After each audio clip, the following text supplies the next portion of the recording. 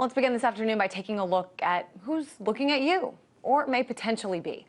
We told you earlier in the week about a report by Wired magazine that outlined the details of a spy center in a small town called Bluffdale, Utah. And its purpose is to intercept, analyze, and store vast swaths of the world's communications from international, foreign, and domestic networks. Now, the article states that the NSA has turned its surveillance apparatus on the U.S. and its citizens, including the eavesdropping of domestic phone calls and the intercepting of domestic emails. And this week, there was a rare occurrence. The NSA chief actually testified in front of Congress and took questions about the NSA ability, both legally and physically, to spy on U.S. citizens. While dancing around some of the facts, General Keith Alexander, for the most part, denied that this is happening. But there's evidence that shows otherwise, and many people who believe otherwise. One of those people is Trevor Timm, an activist with the Electronic Frontier Foundation. He's in San Francisco to help us sift through some of this. Hey there, Trevor. Do you have a reason to believe that the NSA is, in fact, spying on U.S. citizens? Well, we've actually known for quite a few years that this has been going on. This story first emerged in the New York Times in 2005 when they first revealed that the Bush administration had been instituting this massive warrantless wiretapping program, basically skirting the law and skirting the Fourth Amendment of the Constitution. Since then, many other news organizations have reported on it, from USA Today to the New Yorker to the Los Angeles Times. And more evidence has come out that the NSA has these wiretapping centers, or these monitoring centers, located throughout the country in the country's largest telecom companies like AT&T and Verizon, and they're sucking up all of the communications, whether it's overseas or U.S. citizens. Now, the NSA will claim that they only go after overseas non-U.S. citizens who are suspected of terrorism. But the evidence so far has shown that is not the case, and they're actually sucking up massive amounts of communications of innocent Americans and basically trying to catalog the whole internet. Let me play something from the hearing that took place earlier in this week, just to get a sense of some of the concerns that are out there.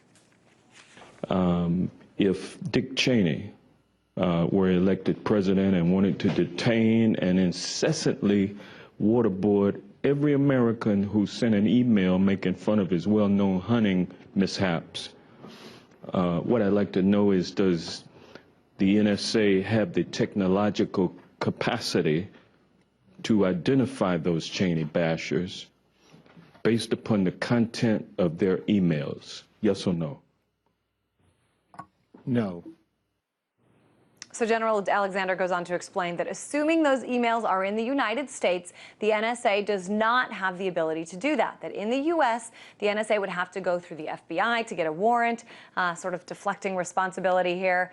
What's your read, Trevor, between the lines? Obviously, this is a fake scenario that this congressman was sort of making up for the sake of argument, but there's denials and denials there at this hearing. What do you think? Well, there's actually two interesting things about his denial. First, they've been denying essentially that they've been doing this for years. But what makes this really absurd is that they actually have secret definitions of a few words that make these denials very easy. It's kind of funny to think that they have a top secret document that actually gives them definitions, but Bamford has reported on this as well. Definitions like intercept and collect.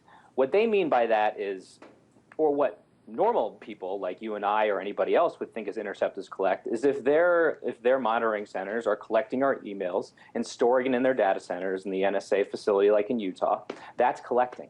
But under their definition, they only think collecting as something that is processed into what they call intelligible form for humans. So these scanners that they have can scan keywords for emails and then send it back to humans, and they don't count it as collecting until it gets to the human person. So you're saying they sort of have a whole different kind of language that it's okay to use, and even though the rest of us think they mean something different, they actually understand each other just within the NSA, perhaps.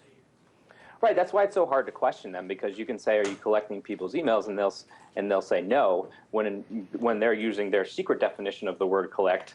And when everybody else is interpreting collect as the regular definition. Now, the most interesting part is that later on, after the clip that you showed, Hank Johnson asked if they just had the ability to do this, not whether they're actually doing it.